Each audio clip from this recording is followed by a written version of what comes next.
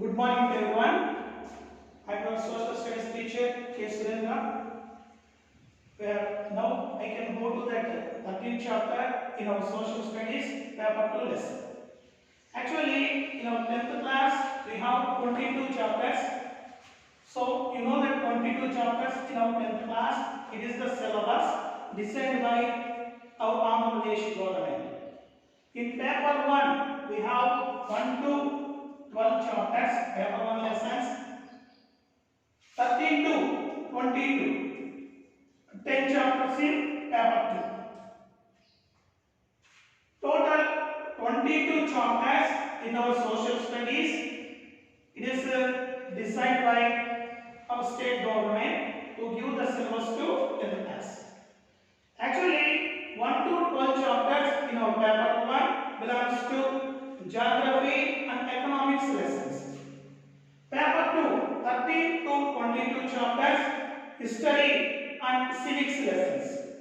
So, in lower classes, you know that about geography lessons, economics, history and civics lessons. This is 13th chapter in our paper 2 lesson. This is the chapter is belongs to history part. Generally, geography lessons are discussing about our universe, our earth, mountains, planets, space. These are geography lessons. Economics is discussing about development, agriculture development, industrial development, service sector. These are economics part. Civics discussing about the country, about the citizens, the people's rules and regulations. History part. History part, it is discussing about past, previous, or old, ancient things. But suppose the completed things, when we can discuss at present, this is history part.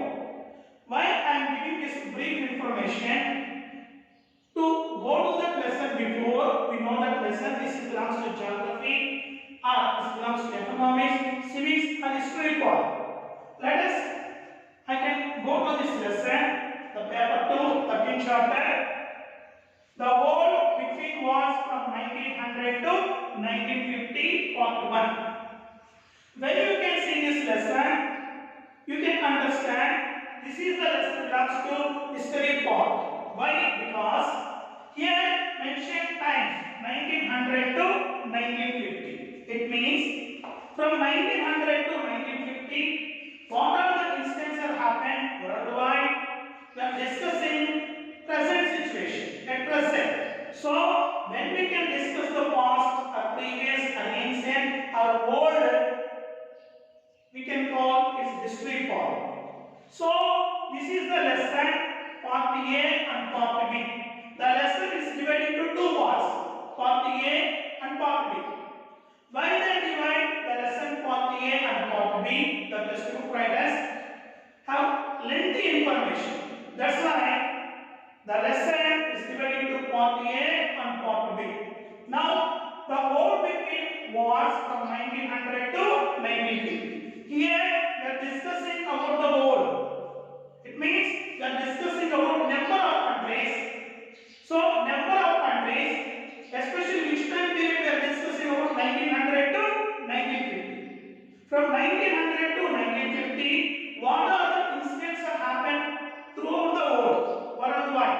That is our lesson, that is the 13th chapter in our paper 2 lesson. First of all, here given an introduction part. First, when we can see that the beginning of 20th century. So, you know that century means 100 years. 100. So, the beginning of 20th century, the world population is 1.6 billion.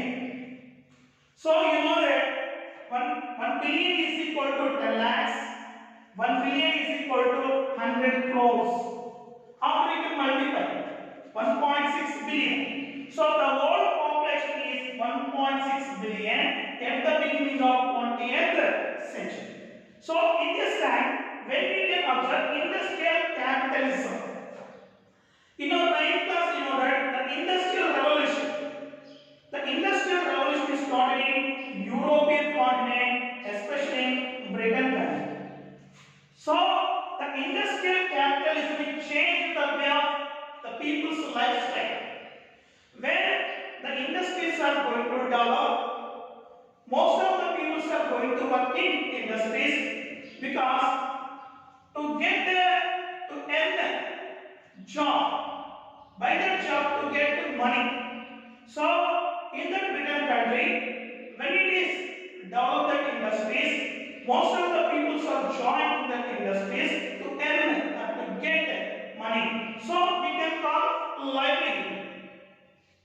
So here, what is the meaning of livelihood? So for the living purpose, we can do any kind of job or any kind of profession. So that is called livelihood. So in the Britain country, Britain, especially in 9th class, you know that Britain, England, Scotland, Ireland, Britain, the Great Britain. And the British, the country is ruled over Indian country. And the England is ruled to Indian country. That's why we are calling England English, because they implemented English in our Indian country. Britain country, when it is leading the industrial powers, first of all, the industrial development. First it started in Britain country, in England. So when it is leading industrial powers, and it had vast colonies. Colony means the country is ruled by other country. Colony. That's why after we can see that our India is colony of British. Our India is ruled by the British. So in this time, the world is divided into two parts, like west and west. The world divided into two parts, west and west. Here it is very important question also. Which countries are called by west countries and west countries? Especially the countries developed, industrial developed countries. The countries generally in this sense called by west countries, mainly like European countries. So these countries like American, these all countries like we can call west countries, western countries. The remaining countries is called by rest countries, the remaining countries. Especially which countries are faced their acute backwardness, faced the main problem like poverty, no development, acute backwardness, and these countries are damaged by colonial. These countries are damaged by migrated countries. By the colonial exploitation, these countries are faced economic problems. So, remaining countries are called by rest countries. Especially mainly like some of the Asian countries or African countries, which these countries are damaged by European countries. So, mainly these countries are called by rest countries. So, here the world is divided into two groups, west and west. So this is historic introduction given in our textbook. Next, see that Eric Hobsbawm, the person named Eric Hobsbawm, he is a historian. Eric Hobsbawm. This is very important question also. See that Eric Hobsbawm he called the 20th century the age of extremes. The age of extremes. Very important because who called the 20th century the age of extremes? Eric Hobsbawm, a historian.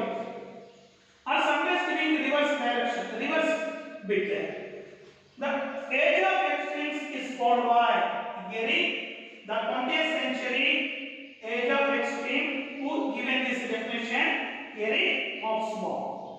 So why Eric Hobsbawm called the 20th century the age of extremes? Very important question also. To essay question or 2 marks or even 1 mark question. So he given number of points. Why Eric Hobsbawm called the 20th century age of extreme? We can see point wise, one by point wise. We can see that this given this all explanation by called the 20th century the age of exchange. See that most of the countries are going to democratic. See that shows democratic aspirations. It means most of the countries are going to starting democratic system. After we in lower classes also the different kind of systems like monarch system, like present most of the countries present our Indian country following democratic system. That's why our India is the largest and greatest democratic country, because in the democratic countries the peoples are selecting the leaders through elections. The leaders are forming government, they can rule to the same will. This is democratic system. But in olden time, have monarch system, king's rule. If anyone king died after, automatically his son, he can become a new king. That's monarch system. But here, what is that? Shows democratic aspirations. It means most of the countries are going to start democratic system. And second, fascist domination, fascism. This is a ideology. Fascism belongs to Italy and Nazism belongs to Germany. Fascism, Italy, Nazism, Germany. Next, you know that in Italy, Mussolini is the leader, Nazi party. Hitler is the leader to Nazism. So, fascism and Nazism both are, it is a dictatorship showing domination. And third point, literacy level and average life expectancy is driven. It means, so literacy level is going to high level and average life expectancy is great. Means the person how many years he can live. Generally we can call it as life expectancy, average. So average life expectancy is great. And movies, the new arts. Actually, in olden days, actors, that the people are getting entertainment to walk, to play a drama, to play a songs, and to write a stories. This all. But after onwards, new arts, movies are amateur. After onwards, we can see that movies, the people are getting entertainment by watching movies, and scientific knowledge grows. Scientific knowledge. So compared to before, the technology is more developed in this 20th century. And worldwide, half of the world, the women, they got right to vote. Half of the world, the women have got a right to vote. And hundreds of nations are going to follow, and hundreds of nations are going to get independence. So, great experimentation, the socialist countries are going to follow liberty and fraternity. Actually, liberty, equality, fraternity, the main three principles. Your 9th class, you know that. You can see French Revolution.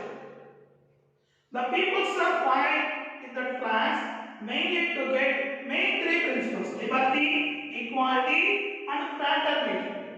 Even our Indian Constitution also, we take the three principles: liberty, equality, and fraternity. And in this 20th century, the world is affected by the Great Depression. Actually, Great Depression from 1929 to 1939, exact 10 years. The world is affected by the Great Depression from 1929 to 1939. Actually, what is Great Depression? First, suppose a person is facing different kind of problems. We are saying that he is in depressive mood. So here, the Great Depression, it means not only the person, the countries facing financial problems, faced a lot of financial problems. Unemployment, a massive unemployment. lot of financial problems. This all are, we can say, is a Great Depression. And in 20th century, the worldwide, two major world wars. World War I from 1914 to 1918. This is World War I. First World War. Second, 1939 to 1945. World War I, World War II. World War I, 1914 to 1918. World War II, Second World War, 1939 to 1945. So, two world wars we can see in 20th century. By the two world wars, it creates a lot of destruction, damage. Millions of people have died in these two world wars. After Second World War, international organization UNO, United Nations Organization, 24th October 1945. 24th October 1945 started UNO, United Nations Organization, headquarters New York in USA. So this kind of all incidents have happened in 20th century. That's why Eric Hobsbawm he called the 20th century the age of exchange. So first paragraph, how the world is divided, West and West countries, is one of the important question. And second part, why the 20th century is called by the age of exchange. This is also another important essay question. Now we can go to another paragraph of this lesson. World Wars, ominous facts. Already we completed introduction part and why the 20th century called by the age of exchange. The definition given by Eric Hobsbawm. Next we can see that the beginning of 20th century,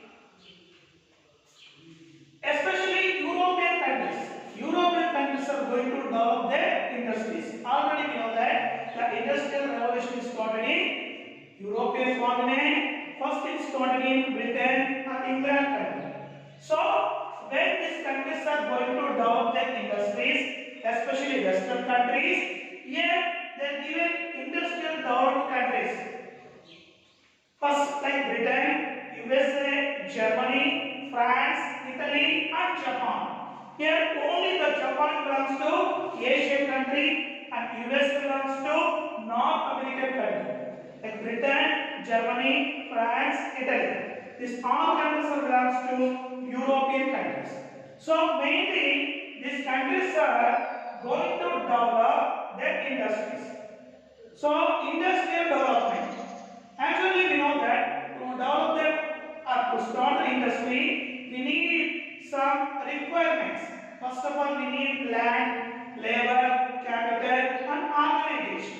So in learn classes we know that these four factors are important to start industries. Here, raw material. So when they purchase the land, when they have the labor to start the industries, they need raw material. First of all, in England country, they started textile industry. In the textile industry, they need raw material. Cotton is the raw material to make the textile. So India is famous for cotton and spices. That's why they started the trade. First they started the friendly relationship trade to that India. After by using their navy power, by using their army power, they occupied our Indian country because the main reason they need the raw material. So most of the Asian and African countries in this time it's ruled by mainly European countries,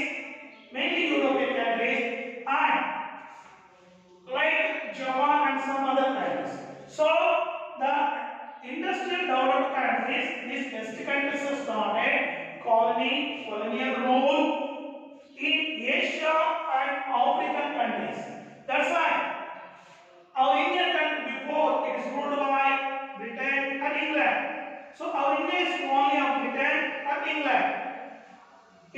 time, these countries are fighting for independence. That's why in our 8th and 9th classes we know that independence, to get independence, started national movements.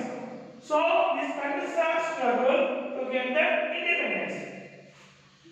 In the 20th century, the European countries have formed a group, a rival bloc. Rival means a competition, a group. So there are two kind of groups, like Germany, Austria, Hungary, versus Britain, France, Russia. Like a game. Germany, Austria, Hungary versus Britain, France, and Russia. So Germany is one side group. So Britain group is another side. Why these countries are formed a rival bloc? Mainly to control the colonial countries and to get the raw material, to show their power in the colonial countries, to get the raw material to control the market. Mainly these countries are formed groups. So when they formed the groups by the situation, in 1914, First World War is happened. First World War. After we know that what is the reasons, long-term causes of First World War, or what is the immediate provocation of World War I. So in 1914, it started the First World War. So the group countries, Germany, Austria, Hungary one side, Britain, France, Russia one side. These countries have started World War I in 1914. So the World War I ended in 1918. 1918. The World War I is ended in 1918. Germany and its allies are defeated. Germany, mainly the Germany, the countries are defeated. Britain, France, these allies, these countries are won in World War I, which is happened from 1914 to 1918. After another World War, Second World War. The Second World War is started in 1939 to 1945. So we can discuss about these two World Wars. World War I, 1914 to 1918, and the Second World War, 1939 to 1945. That is it. So in the two World Wars, how much death and destruction? How many people have died in World War I, World War II, and how much damage, how much destruction it is happened in World War I, World War II. That is that next death and destruction.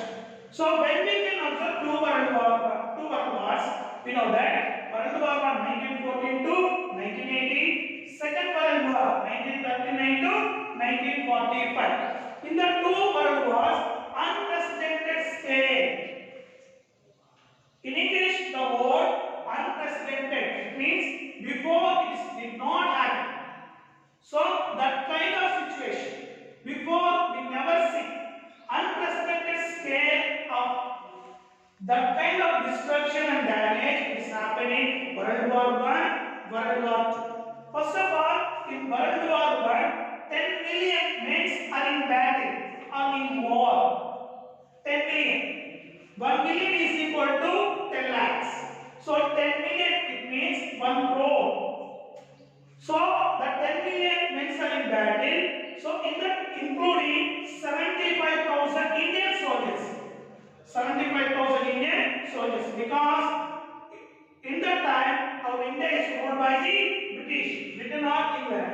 So 75,000 of Indian soldiers fight the side or behalf of Britain in Europe, in African countries. In Africa and European countries, 75 of Indian soldiers they fight the side of Britain. Comparing to World War I, more destruction we can see in World War II.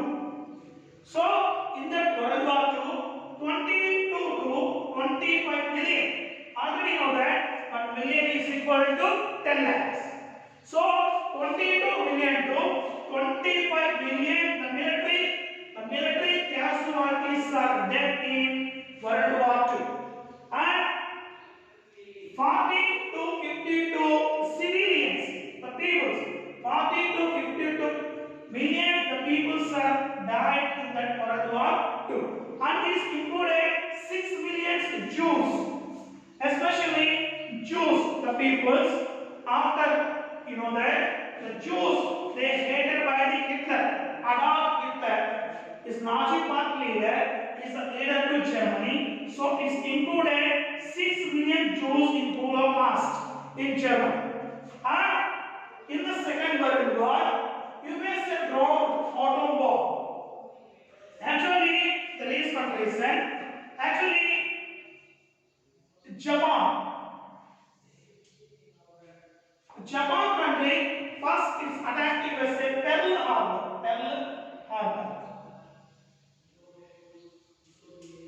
The Pearl Harbor is belongs to USA. Japan is attacked to USA Pearl Harbor. To take the revenge against Japan, USA joined Britain group. So to take revenge against Japan, USA joined the Britain group. So to take revenge against Japan, USA dropped atom bomb in Japan, two main cities, Hiroshima and Nagasaki. Hiroshima and Nagasaki, the both cities, is destroyed and damaged by the atom bomb which is dropped by US. By this atom bomb in Hiroshima and Nagasaki, 1,50,000 to 2,46,000 is killed. The atom bomb is killed to the people. 1,50,000 to 2,46,000 people have died and killed by this atom bomb effect.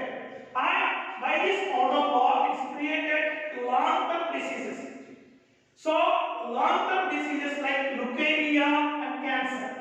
The people who are affected by the leukemia and cancer, the long-term diseases, it is affected when the US dropped atom bomb in Hiroshima and Nagasaki. Next, power plants. Block means like a group. So, step by step, we are discussing about. So, during this time, the world is divided into nation states after this formed groups, power blocks. In 19th century, we know that most of them in the countries, it is like the nationalism field. So, these countries are fighting against colonial rules. In this time, they are given two power blocks. One is center. One is intent or allies. A group or blocks, one is center group, one is entente or allies. Why they have formed this group? To scramble for power, to show their power. To show their power, they are fighting to each other, these power blocks. So before, like Austria and Italy, the enemies of past, Austria and Italy, that one side, and Britain and France, another side. Same is continued to Second World War also.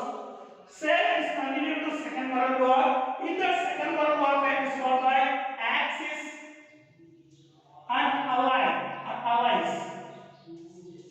Axis group, allies group. Axis group leader is German. Allied groups is Britain, USA,